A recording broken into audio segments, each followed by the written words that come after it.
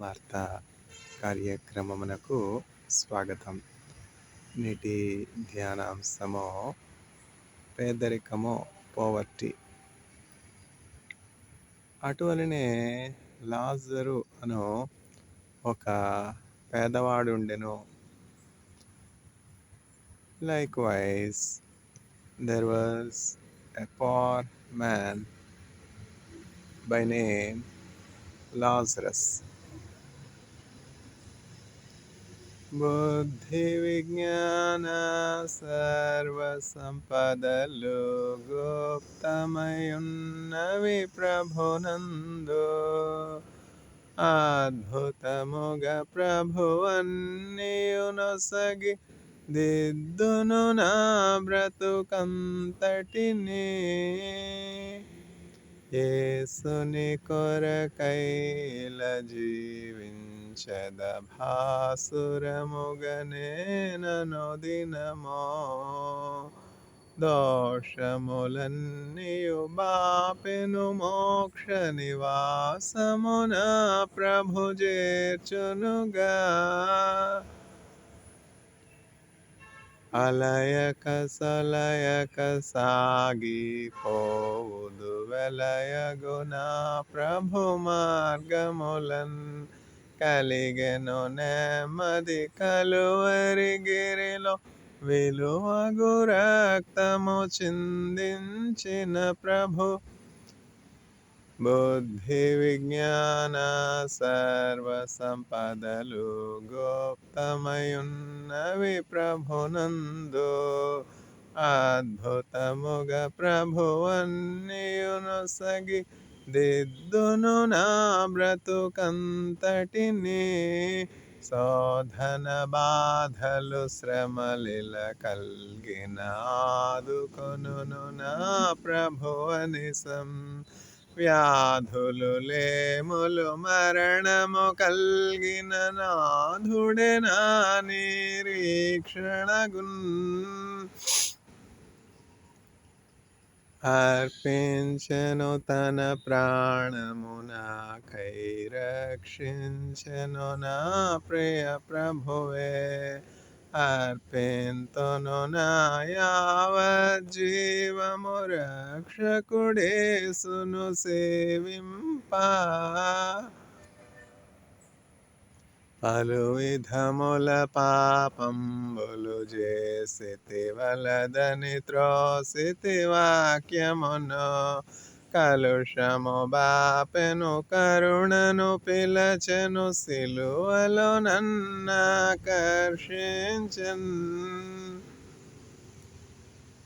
యౌవన జనమా ఇది ఏ సమయము యేసును చాటను రండి. పావన నామము పరిశుద్ధ నామము జీవపు మార్గము ప్రచురింపన్. పేదరికం, పోవర్టీ. అటువలనే లాజరు అను ఒక పేదవాడుండెను. Likewise, there was a poor man by name Lazarus.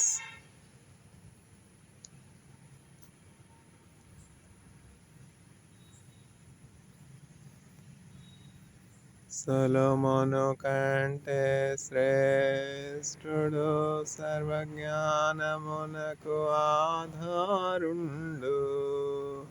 10,000లో అతి ప్రియుండు ఘనపరచి మ్రొక్కెదమో.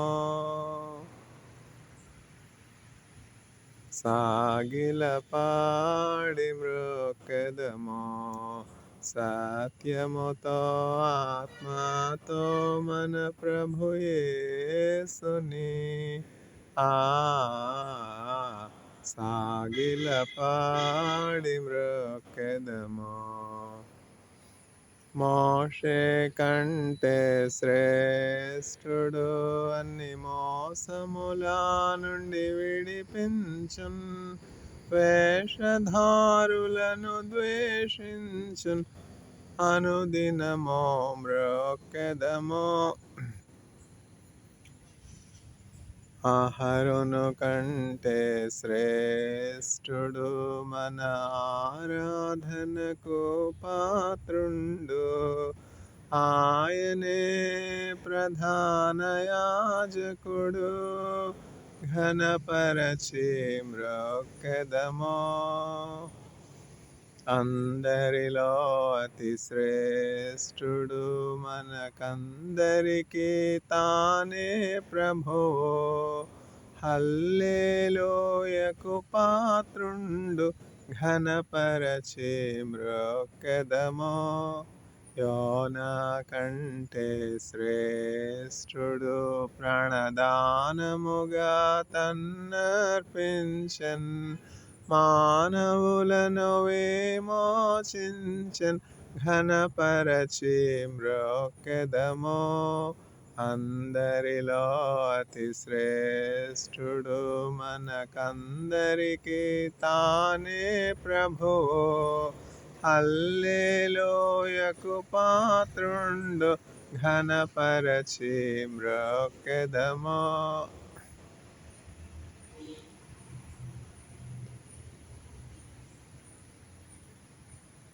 పేదరికము, poverty.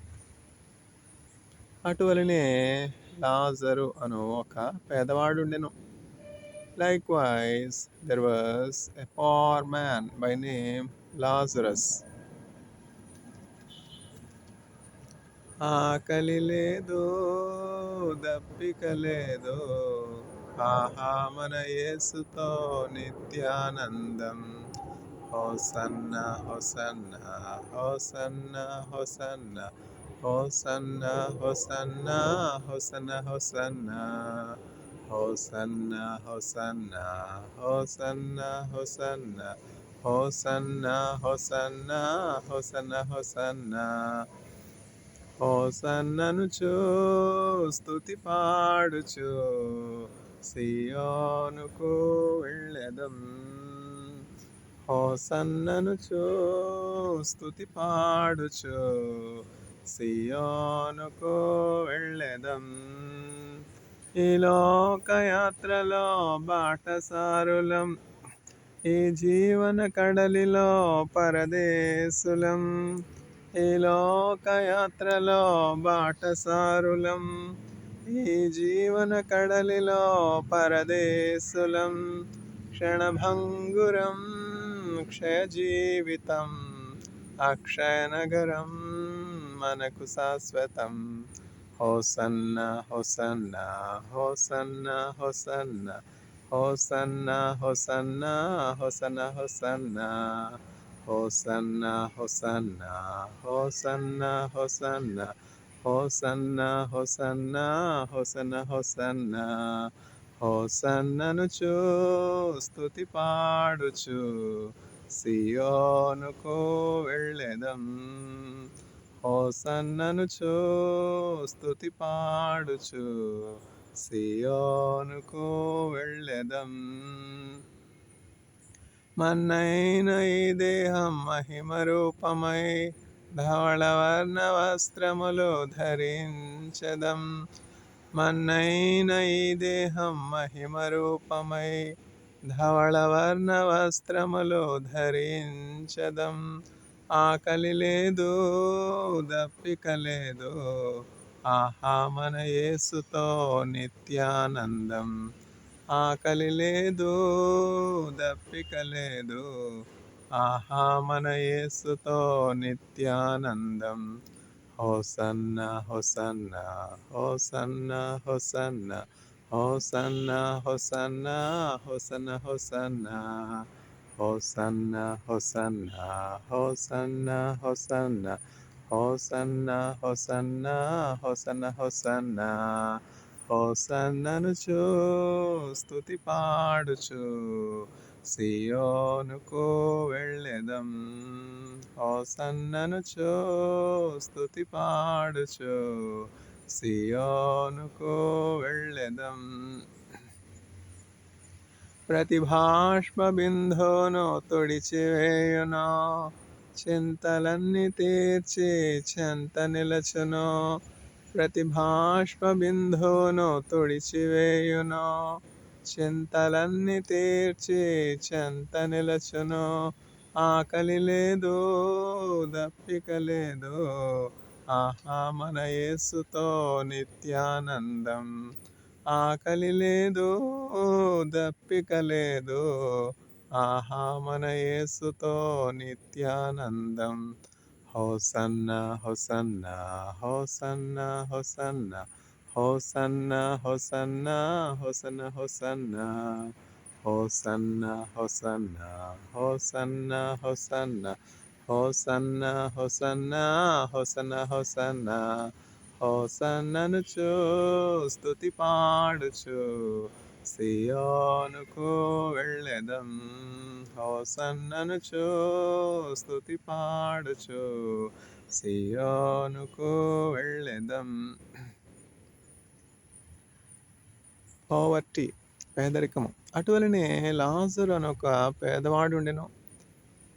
Likewise, there was a poor man by name Lazarus. Poverty, పేదరికం. పేదరికం మనకందరికీ తెలిసిందే కదా. చాలామంది పేదవాళ్ళు ఏమని అడుగుతారంటే, దేవుడు మాకులాగా పేదవాడై ఉంటే మా కష్టాలు తెలిసేవి, మా ఆకలి దప్పులు తెలిసేవి, మా కన్నీరు తెలిసేది, మా వ్యాధి తెలిసేది, మా బాధలో మేము అనుభవించే మా చింత అంతా తెలిసేది. దేవుడికి మా బాధలు ఎట్లా తెలుస్తాయి? దేవుడికి పేదరికం ఏం తెలుసు? దేవుడికి ఆకలి ఏం తెలుసు? దేవుడికి దప్పిక ఏం తెలుసు అని దేవుని గురించినటువంటి పరిపూర్ణమైనటువంటి అనుభవం లేకపోవటం వలన అట్లా అనుకుంటారనమాట. కానీ మనం యేసుక్రీస్తు ప్రభువుని చూసినప్పుడు యేసుక్రీస్తు ప్రభువు దేవుని యొక్క సంపూర్ణతే ఉన్నాడు. యేసుక్రీస్తు ప్రభువు అదృశ్యమైనటువంటి దేవునికి దృశ్య రూపమై ఉన్నాడు. యేసుక్రీస్తు ప్రభువు దేవుని కుమారుడై ఉన్నాడు. కుమారుడు అంటే దేవునికి మారుగా వచ్చినటువంటి వాడు అని అర్థం. కుమారుడు, తండ్రి కుమారుడు వేరు కాదు. తండ్రి యొక్క గుణగణాలు కుమారుడికి రావా? అచ్చుగుద్దినట్టు పిల్లలు ఉంటారు తండ్రికి, అంతే కదా. జీన్స్ అంటాం కదా, జీన్స్ తండ్రిలో ఉన్నటువంటి ఆ జీన్స్ పిల్లలకు వస్తాయి. అందువల్ల ఆ మాట్లాడే తీరు, ఆ మాట్లాడే పద్ధతి, అలవాట్లు అన్నీ కూడా, స్వభావం, స్వరూపం అన్నీ కూడా పిల్లలు తండ్రిని పోలుంటారు. అట్లనే తల్లిని కూడా పోలుంటారు. యేసుక్రీస్తు ప్రభువు దేవుని యొక్క కుమారుడు. అయితే యేసుక్రీస్తు ప్రభువు జననం ఎట్లా అంటే, మానుష ఇచ్చల వలన, శరీర సంబంధమైనటువంటి ఇచ్చల వలన జనించినటువంటి వారు కారు యేసుక్రీస్తు ప్రభు. అందుకనే ఆయన పరిశుద్ధుడు. మనమందరం కూడా, మానవులందరూ కూడా శరీర సంబంధమైనటువంటి పరస్పరమైనటువంటి బంధము వలన జన్మించినటువంటి వారం. అంటే శరీర సంబంధమైనటువంటి ఆ బంధం అది అపవిత్రమైనది కాదు, అపవిత్రమైనదని కాదు. ఎందుకంటే వివాహం ఘనమైనది. Marriage is honourable in all. వివాహం ద్వారా పిల్లలు కలుగుట దేవుని ఏర్పాటు, దేవుని చిత్తం. మీరు ఫలించి అభివృద్ధి పొందాలి అని చెప్పి కదా దేవుడు ఆదామును హవ్వను సృజించారు. గొడ్రాలుగా, గుడ్డుబొత్తు వాళ్ళగా ఉండాలని దేవుడు సృజించాడా? ఒక వ్యధరాల్ని, ముండం వస్తుంది, దాన్ని పెళ్ళికి పిలిచారంట. అయ్యో వ్యధముండా నా అని అనటానికి ఎవరు లేరు కదా, అనాథగా ఉంది, ఎవరు లేకుండా ఉన్నది కదా, బాధలో ఉంది, కష్టంలో ఉంది, ఒంటరితనంలో ఉంది, ముండం వస్తుంది. అందరితో పాటు కొంచెం సమయం కలిసి గడిపితే సంతోషంగా ఉంటుంది, పెళ్ళికి పిలుద్దాం అని చెప్పి వ్యధముండని పెళ్ళికి పిలిచారంట. పెళ్ళికి పిలిస్తే వచ్చి ఆ పెళ్లి కూతురిని ఏమని దీవించింది? నువ్వు కూడా నా అలాగనే ఉండు అంటే ఆ పెళ్లి కూతురు కూడా ముండం మొయ్యాలా? అట్లా ఏంటంటే స్వభావం. నాకు లేదు కనుక మిగతా వాళ్ళకి కూడా ఉండకూడదు, నేను ముండం వస్తాను కనుక అందరూ కూడా అట్లనే ఉండాలి. మనుషుల స్వభావం. అయితే దేవుని స్వభావం ఏంటంటే, ఆయన దేవునితో సమానముగా ఉండుట విడిచిపెట్టకూడని భాగ్యమని ఎంచుకొనలేదు, కానీ మానవులతో సమానంగా ఉండుటకు, మానవుల్లో ఒకనిగా ఉండుటకు, మనలో ఒకనిగా ఉండడానికి, మన కష్టాల్లో, మన నష్టాల్లో, మన బాధల్లో, మన ఇబ్బందుల్లో, మన పేదరికంలో పాలు పంపులు పుచ్చుకోవడానికి దేవుడు తండ్రితో కూడా సమానంగా ఉండుటకు విడిచిపెట్టకూడనటువంటి ఆ భాగ్యాన్ని విడిచిపెట్టి ఈ లోకానికి వచ్చి, ఈ లోకంలో ఎవరి గర్భాన్ని పుట్టారు? ఆయన మరియమ్మ గారు గర్భంలో పుట్టారు. మరియమ్మ గారు గర్భంలో పుట్టడం అంటే మళ్ళీ మరియమ్మ గారు ఆమె భర్త భార్యతో శరీర సంబంధమైనటువంటి వైవాహిక దాంపత్య జీవితం వలన కలిగినటువంటి వారు యేసుక్రీస్తు ప్రభు మరల గమనించాలి. మనలో మానవులందరూ కూడా ఏంటంటే రిప్రొడక్టివ్ సిస్టమ్ ఉంటుంది కదా స్త్రీలో. ఆ శరీర సంబంధమైనటువంటి ధర్మం దాన్ని బట్టి స్త్రీకి, పురుషునికి ఉన్నటువంటి ఆ సంబంధాన్ని బట్టి, శరీర సంబంధమైనటువంటి పరస్పర బంధాన్ని బట్టి పిల్లలు పుడతారనమాట. అయితే ఇప్పుడు చాలామంది టీచర్స్ ఏం చెప్తారంటే క్లాస్‌లో 100% అటెండెన్స్ ఎప్పుడు ఉంటుందంటే, సైన్స్ టీచర్ రిప్రొడక్టివ్ సిస్టమ్ గురించి చెప్పేటప్పుడు 100% అటెండెన్స్ ఉంటుంది. పిల్లలు తెలుసుకోవాలనే ఆసక్తి ఉంటుంది కదా! 9థ్ స్టాండర్డ్ ఆ టైంలో యవన ప్రాయంలోనికి అడుగుపెడుతున్నటువంటి బిడ్డలు ఆ వివాహ సంబంధమైనటువంటి ఆ రిప్రొడక్టివ్ సిస్టమ్ గురించి ఆసక్తి అనమాట. ఎవరు చెప్తారు? ఇంకెవరు చెప్తారు? టీచర్సే కదా! టీచర్స్ చక్కగా పిల్లలకి జ్ఞానాన్ని ఇస్తారు. టీచర్స్ చెప్పింది చక్కగా పిల్లలు విని నేర్చుకుంటారనమాట.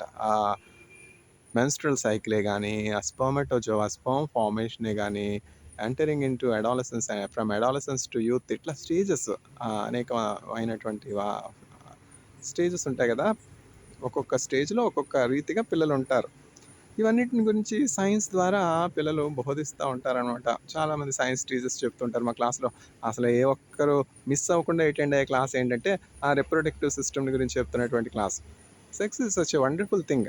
రిప్రొడక్టివ్ సిస్టమ్ గానీ, వైవాహిక జీవితం గానీ, భార్యాభర్తల అనుబంధం గానీ, అదెంతో మధురమైనది. అందుకని ప్రభు అట్లా చేశారనమాట. ఇప్పుడు వెధవమొండకి ఏం తెలుసు? వెధవమొండని పెళ్ళికి పిలిస్తే అట్లనే దీవిస్తుంది. యేసుక్రీస్తు ప్రభు అట్లా కాదు. మనకి లేనిది ఇవ్వడానికి ఆయన వచ్చారనమాట. యేసుక్రీస్తు ప్రభు ఎందుకొచ్చారు ఈ లోకానికి? The son of man has come to serve and to offer himself as a ransom for the forgiveness of since of many. మనుష్య కుమారుడు పరిచర్య చేయించుకోవడానికి కాదు కానీ పరిచర్య చేయడానికి, అనేకుల విమోచనార్థం తన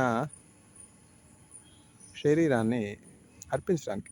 to offer himself as a ransom for the forgiveness of since of many Jesus Christ has come in to this world. ఎక్కడి నుంచి ఎక్కడికి వెళ్తున్నాం మనం? పేదరికం అని చెప్పాను కదా. చాలామంది పేదవాళ్ళు వాళ్ళు అనుభవిస్తున్నటువంటి కష్టాన్ని బట్టి, వాళ్ళు అనుభవిస్తున్నటువంటి దుఃఖాన్ని బట్టి, బాధను బట్టి, కన్నీరుని బట్టి, గోరు చుట్టు మీద రోకటి పోటు, పేదరికంతో పాటు అన్నీ వస్తాయి. పేదరికంతో పాటు ఇంకా అవమానాలు వస్తాయి. అవమానాలతో పాటు దుఃఖం వస్తుంది. దుఃఖంతో పాటు శరీర సంబంధమైనటువంటి బలహీనతలు వస్తాయి, వ్యాధులు వస్తాయి. అన్నీ మాకే రావాలా? ఇవన్నీ ఒక లింక్ అనమాట. అట్లనే ఇప్పుడు ఈ యేసుక్రీస్తు ప్రభు గొప్ప దేవుడు, అద్వితీయ గొప్ప దేవుడు.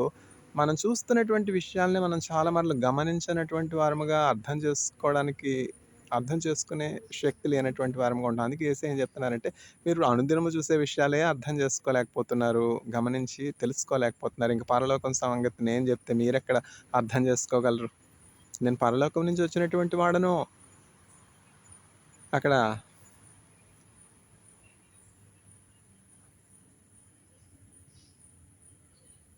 బంగారు వీధులుంటాయి. అక్కడ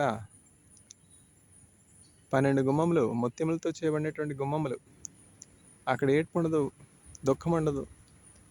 సూర్యుడు లేని, చంద్రుడు లేని, చీకటి రాత్రులు లేనే లేని ఆ సువర్ణ వీధులలో నడిపించదవా నా యేసయ్యా.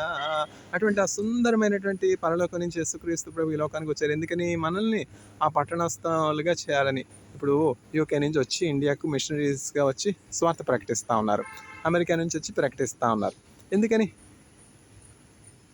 మనకి లేనిది ఇవ్వాలి అని చెప్పి, మనకి లేనిది ఇవ్వాలని చెప్పి. పూర్వం మిషనరీస్ అట్లనే కదా, ఎంతో రిమోట్ ప్లేసెస్కి వెళ్ళి, పేదరికంలో ఉన్న వాళ్ళ దగ్గరికి, కష్టంలో ఉన్న వాళ్ళకి వెళ్ళి, వాళ్ళకి యేసుక్రీస్తు ప్రభు ప్రేమను చూపించి, వాళ్ళకి కావాల్సినటువంటి మిల్క్ పౌడర్ దగ్గర నుంచి, మెడిసిన్స్ దగ్గర నుంచి, ఎడ్యుకేషన్ ఫెసిలిటీ నుంచి, ఇవన్నీ త్యాగపూర్వకంగా మిషనరీ సంస్థలు స్థాపించి, చారిటీ హోమ్స్ స్థాపించి అట్లా పేదవాళ్ళకి హెల్ప్ చేసేవారనమాట. లాజరును ఆ పేదవాడు ఉన్నాడు. ఆ పేదవాడిని గురించి యేసుక్రీస్తు ప్రభు ఏమని చెప్తున్నారంటే, నేను అనుదినం మీరు చూసే విషయాలను మీకు చెప్తేనే మీకు అర్థం చేసుకోవడానికి కష్టంగా ఉంటుంది. నేను పరలోక సంబంధమైనటువంటి విషయాలు చెప్తే ఇంక మీరు ఎట్లా అర్థం చేసుకోగలరు? అందుకని చెప్పి నేనేం చేస్తానంటే, చక్కగా పారబుల్స్ అంటారు కదా, పారబుల్స్ అంటే దృష్టాంతాలు. పారబుల్స్ అంటే కరెక్ట్ అనువాదం ఏంటంటే ఉపమానం. ఉపమా కాదు, ఉపమానం.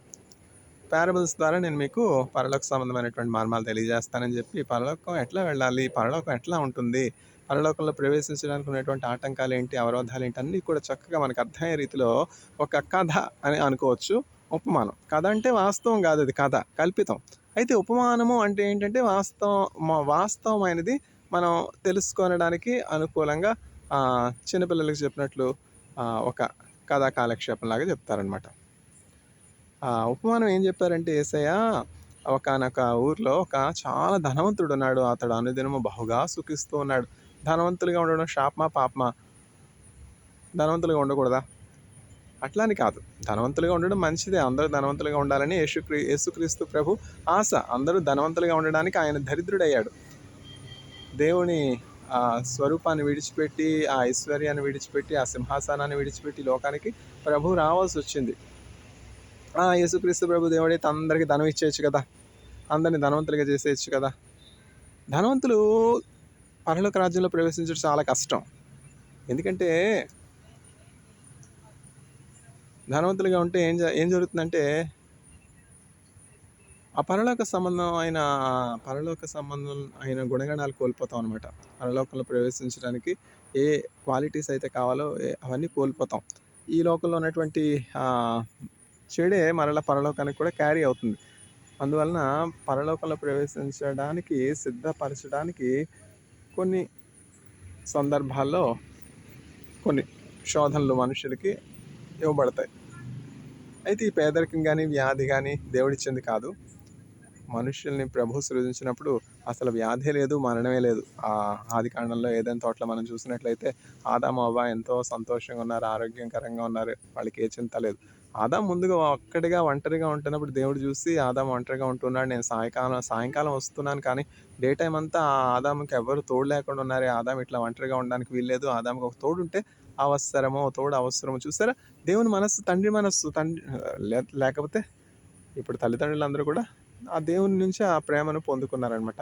అందుకని చెప్పి ఆదాముకు ఒక సాటైనటువంటి సహాయం నేను చేస్తానని చెప్పి ఆదాముకు చక్కగా గాఢ నిద్ర కలుగజేసి, అతని ఎముకల్ని ఒక పక్కటి ఎముకను తీసి ఆ పక్కటి ఎముకను ఒక స్త్రీగా చేసి, ఆదాము దగ్గరికి తీసుకొచ్చినప్పుడు ఈమెకు నీవేం పేరు పెడతావు అని చెప్పినప్పుడు ఆదాము ఏమన్నాడంటే, ఈమె నాలో నుంచి తీయబడింది కనుక ఈమెను నారి అంటాను అని చెప్పి ఆమెకు పేరు పెట్టడం జరిగిందనమాట. ఆదాము, అవ్వ సంతోషంగా ఉంటున్నప్పుడు ఎవరు వస్తారు? శోధకుడు వస్తాడు. భార్యాభర్తలు సంతోషంగా ఉంటారు, ఆ పక్కన ఎవరో ఉంటారు.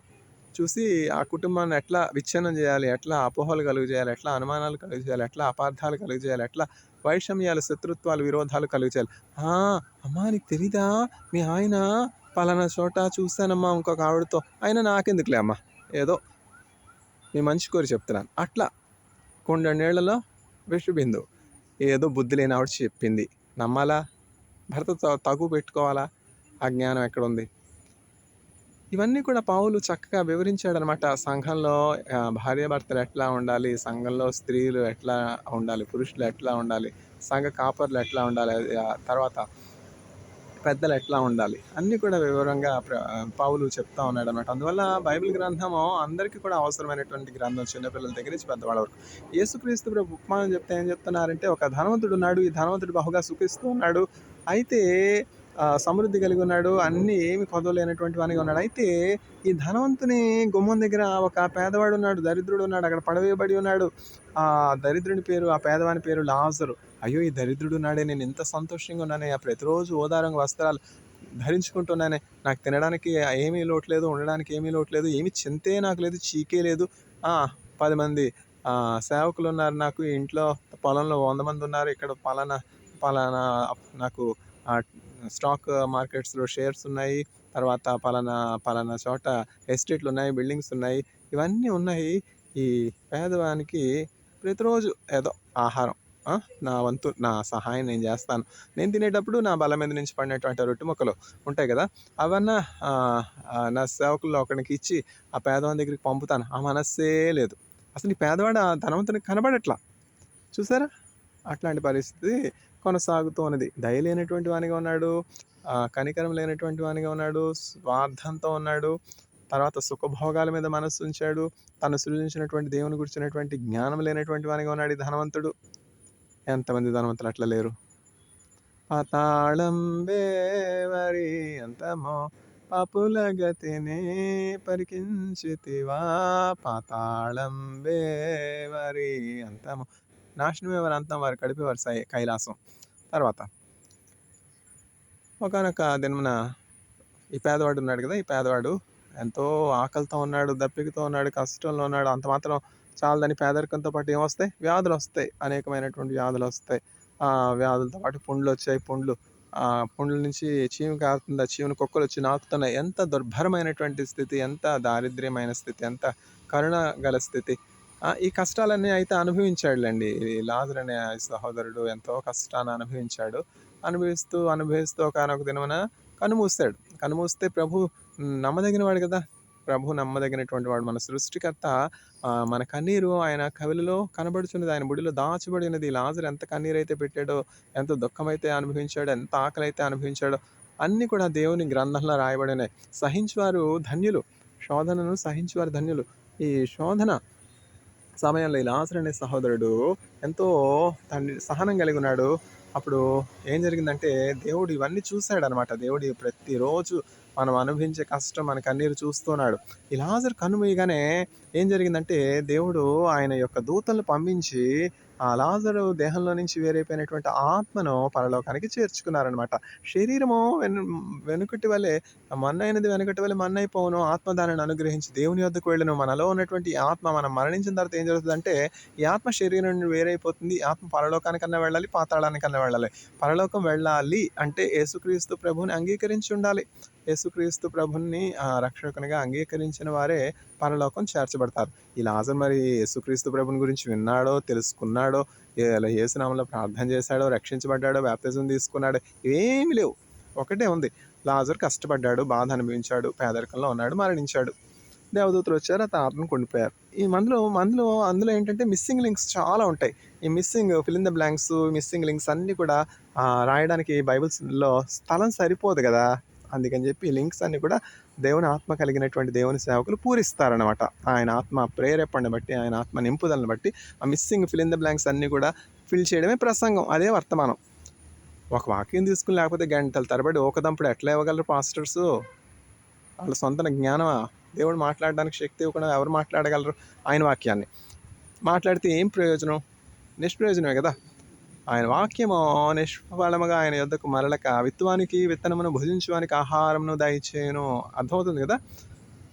ఓకదంపుడే ఉత్తి మాటలైతే ఏం ప్రయోజనం లేదు, ఎక్కడ వేస్తున్న గొంగలు అక్కడే ఉంటుంది. కానీ దేవుని శక్తి చేత, దేవుని ఆత్మ చేత ప్రకటించబడినటువంటి వాక్యం అంటే అది నిశ్చయంగా మనుషుల్లో మార్పు కలుగజేస్తుంది, దేవుని రాజ్యాన్ని విస్తరింపజేస్తుంది. మనుషులు యేసుక్రీస్తు ప్రభుని అంగీకరిస్తారు, మారుమనసు పొందుతారు, వారికి గుడ్ సమారిటన్గా మారిపోతారు. తమ చుట్టూ ఉన్నటువంటి ప్రాంతంలో ఉన్న వారికి వెలుగుగా ఉంటారు. అదే కదా మనకు కావాలి.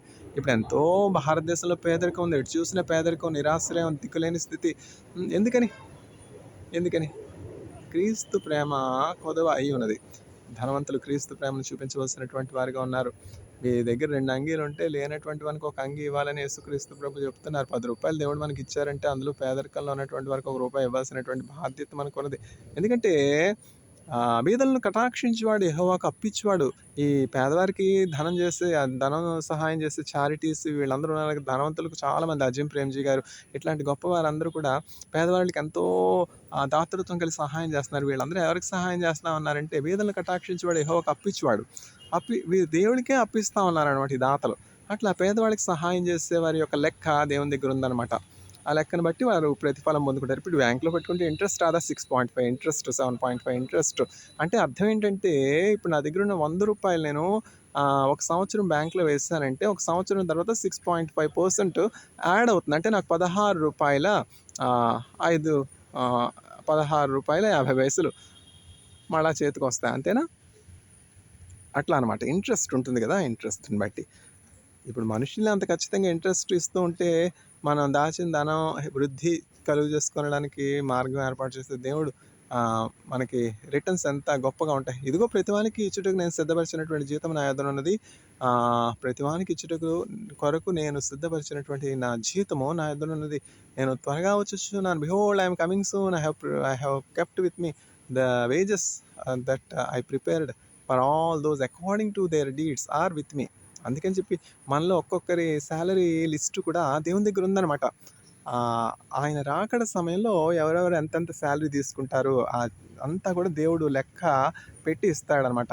ఇప్పుడు నేను ప్రీచింగ్ చేస్తా ఉన్నాను, ఊరికి చేస్తా ఉన్నానా, వేరే పని లేకుండా చేస్తా ఉన్నానా? ఈ 11th అవర్ కూడా కాదు, 12th అవర్ కూడా కాదు, ఫస్ట్ అవర్లో ఎందుకని చేస్తా ఉన్నాను? అయ్యో, స్వార్థ ప్రకటించకపోయిన యెడల నాకు శ్రమ. Woe unto me if I do not preach the gospel. ఇప్పుడు పలానా చోట బంగారు గని ఉంది, పలానా చోట ఆహార పానీయములు సమృద్ధిగానే, పేదవాళ్ళకి చెప్పాలా వద్దా? అది.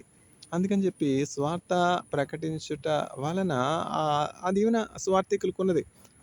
ఉత్తమమైనటువంటి దానిని గురించి స్వార్థ ప్రకటించు పాదములు పర్వతముల మీద సుందరములైన ఈ సుందరమైన పాదాలు నాకున్నాయి కనుక నేను ప్రకటిస్తూ ఉన్నానన్నమాట. ఆ సౌందర్యం ఏంటో మనుషులకు కనబడదు, అది దేవునికే కనబడుతుంది. కనబడితే నా పాదాలు అందరూ పట్టుకుంటే నేను ఎక్కడికి వెళ్ళేది? నేను చెప్పేది ఏంటంటే, ఈ స్వార్థ ప్రకటించడానికి ఆయన ఎన్నుకున్నటువంటి వారు ఉన్నారు, వాళ్ళు మాత్రమే ప్రకటించగలరు. ఏ ఒక్కరు కూడా ప్రత్యేకమైనటువంటి సియోను పాటలు పరలోకంలో గొర్రెపిల్లను గురించినటువంటి కీర్తనలు అందరూ పాడలేరు. విమోచింపబడినటువంటి వారే ఆ కీర్తనలు పాడెదరు. పరలోకంలో యేసుక్రీస్తు ప్రభుతో కూడా విమోచింపబడినటువంటి వారిలో నిర్దిష్టమైనటువంటి వారు ఉన్నారు. బ్రహ్మచారులు అంటారు కదా, అట్లాంటి వారు ఉన్నారు.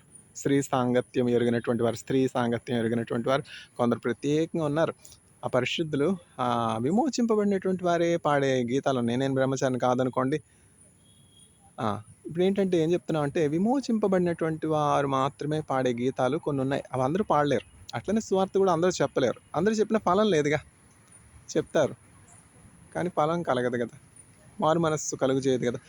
ఆయన మాట ఆయన చిత్తంలో ప్రకటించినప్పుడు విత్తవానికి విత్తనమును, భుజించడానికి ఆహారమును కలుగు చేసి నిశ్చయముగా నిష్ఫలంగా వెనక్కి మరలదనమాట. ఇప్పుడు ఎక్కడున్నాం? లాజరు మరణించాడు, ఆయన ఆత్మ వచ్చి దేవదూతలు వచ్చి ఆయన ఆత్మను పట్టుకుపోయారు. ఎక్కడున్నాడు ఇప్పుడు? అబ్రహాం రొమ్మున ఆనుకున్నాడు, సంతోషంగా ఉన్నాడు, సమాధానంగా ఉన్నాడు, ఆహార పానీయములకి ఏం కొదవలేదు, సమృద్ధి కలిగి ఉన్నాడు, నెమ్మది కలిగి ఉన్నాడు, ఎంతో ఆనందిస్తూ ఉన్నాడు. ఇహలోక బంధాల నుంచి, ఇహలోక చింతల నుంచి, కష్టం నుంచి, శరీర సంబంధమైనటువంటి బాధల నుంచి, కుక్కలు అచీవనాకే పరిస్థితి నుంచి విడుదల కలిగిపోయింది కదా, శాశ్వతమైనటువంటి విడుదల కలిగింది. అటువలనే ఒకనొక దినమున ఈ ధనవంతుడు కూడా మరణించాడు. మరణం తథ్యం కదా. ధనవంతుడికే మరణం ఉందా? పేదవారికి మరణం లేదా? పేదవాళ్ళకే మరణం ఉందా? ధనవంతుడికి మరణం లేదా? పేదవాళ్ళైనా, దరిద్రులైనా, ధనవంతులైనా, వ్యాధిగ్రస్తులైనా, ఆరోగ్యంతో ఉన్నటువంటి వారైనా, స్త్రీలైనా, పురుషులైనా, బాలురైనా, ప్రొఫెసర్స్ అయినా, జ్ఞానులైనా, అజ్ఞానులైన అందరికీ కూడా మరణం ఉంది కదా. అట్లనే ఈ ధనవంతుడు కూడా ఒకనొక దినమున మరణించాడు. మరణించిన తర్వాత మన అసలు రంగు తెలుస్తుంది. ఒక దైవజనుడు ఏం చెప్తాడంటే, ఒక వ్యక్తి యొక్క ఔన్నత్యమో అతని యొక్క మరణ దినమున మాత్రమే తెలుస్తుంది. ఆ మరణ దినమున అతనికి ఎంత చక్కని వీడ్కోలు ప్రజలు చెప్తారో దాన్ని బట్టి ఆ వ్యక్తి యొక్క ఔన్నత్యము, ఆ వ్యక్తి యొక్క ఘనత ఆధారపడి ఉంటాయన్నమాట. నిజంగా ఒక క్రైస్తవుని లేక ఒక మనుషుని యొక్క నిజ జీవితం ఎక్కడ ప్రారంభమవుతుందంటే అతని మరణ దినమునే ప్రారంభం అవుతుంది. అతను మరణించాడు, ధనవంతుడు అయితే అతని ఆత్మ పాతాళములో విడిచిపెట్టబడింది. ఏ దేవదూత రాలేదు అతని ఆత్మను తీసుకెళ్ళలేదు. నివాసం లేకుండా కుళ్ళిపోతా ఉంది. అగ్ని ఆరదు, పురుగు చావదు, నరకంలో ఏడుస్తూ ఉన్నాడు. అయ్యా ప్రభా, అబ్రహాం చక్కగా కనబడుతున్నాడు. ఇప్పుడు లాజరు కూడా కనబడుతున్నాడు. ధనవంతునిగా ఉన్నప్పుడు ఓదారంగు వస్త్రాలు వేసుకుని తిరుగుతున్నప్పుడు, దుబారా చేస్తున్నప్పుడు, జలస చేస్తున్నప్పుడు లాజరు కనపడలేదే. పేదవాళ్ళు కనపడలేదే. ఆకలితోని వారు కనపడలేదే. అయ్యో, ఇతను నాతో పనిచేసినటువంటి వాడు కాదా? ఇతను ఆకలితో ఉన్నాడు, దప్పికతో ఉన్నాడు. అయ్యో, ఇతను నిరుద్యోగంగా ఉండినటువంటి వాడు కాదా? నాకు తెలియదా? నేను చూడలేదా? నేనేమో గవర్నమెంట్ శాలరీ తీసుకుంటాను, 1,50,000, 2 లక్షలు తీసుకుంటూ ఇతను పోస్ట్ డాక్గా వెళ్ళమని చెప్పాను. ఇతని క్వాలిఫికేషన్ నాకంటే కొన్ని సిగ్గుమాలిన జనులు. వారికి ఒక తీర్పు, ఇతరులకు ఒక తీర్పు. వాళ్ళ కూతురేమో పతివ్రత, ఇతరుల కూతురు పతిత. Different measures. ఎవరికి నష్టం, ఎవరికి కష్టం? సర్వశక్తుడు న్యాయం తప్పట అసంభవం. It's impossible for God to do injustice. I have prepared the wages. మోసపోకుడి, దేవుడు వెక్కిరింపబడదు. దేవుడు వెక్కిరింపబడడు. God shall not be mocked. Be not deceived. With whatever measure you measure to others, it will also be measure to you. ఇవ్వలేకపోతా ఉన్నారా ఉద్యోగాలు? మీరు ఏ కొలత ఇతరులకు కొలుస్తారో అదే కొలత మీకును కొలవబడిన. పక్షపాతం లేదు. ఎందుకు ఇన్ని మరణాలు? కరోనా వల్ల, పాండమిక్ల వల్ల ఎందుకు ఇన్ని మరణాలు? ఇరాన్లో, ఇజ్రాయెల్లో. పాతాళం వారి అంతం. We are indeed reading the last chronicles of planet Earth. It is the time to decide and to enter the ark. Those days it was Noah's Ark. This is a salvation ark. By believing in Jesus Christ, entering into the ark of salvation. ఈ స్వార్థికులు ఎప్పుడు అది చెప్పే మాటే కదా, వీళ్ళకి వేరే పనే ఉంది. కులము స్థలమనుచో మీరు హేళన చేయకను, సమయముండగానే మీరు తయారవ్వండి. అట్లనే ధనవంతుడు కూడా మరణించాడైతే దేవదూతలు ఏం రాలేదు, ఇతని ఆత్మ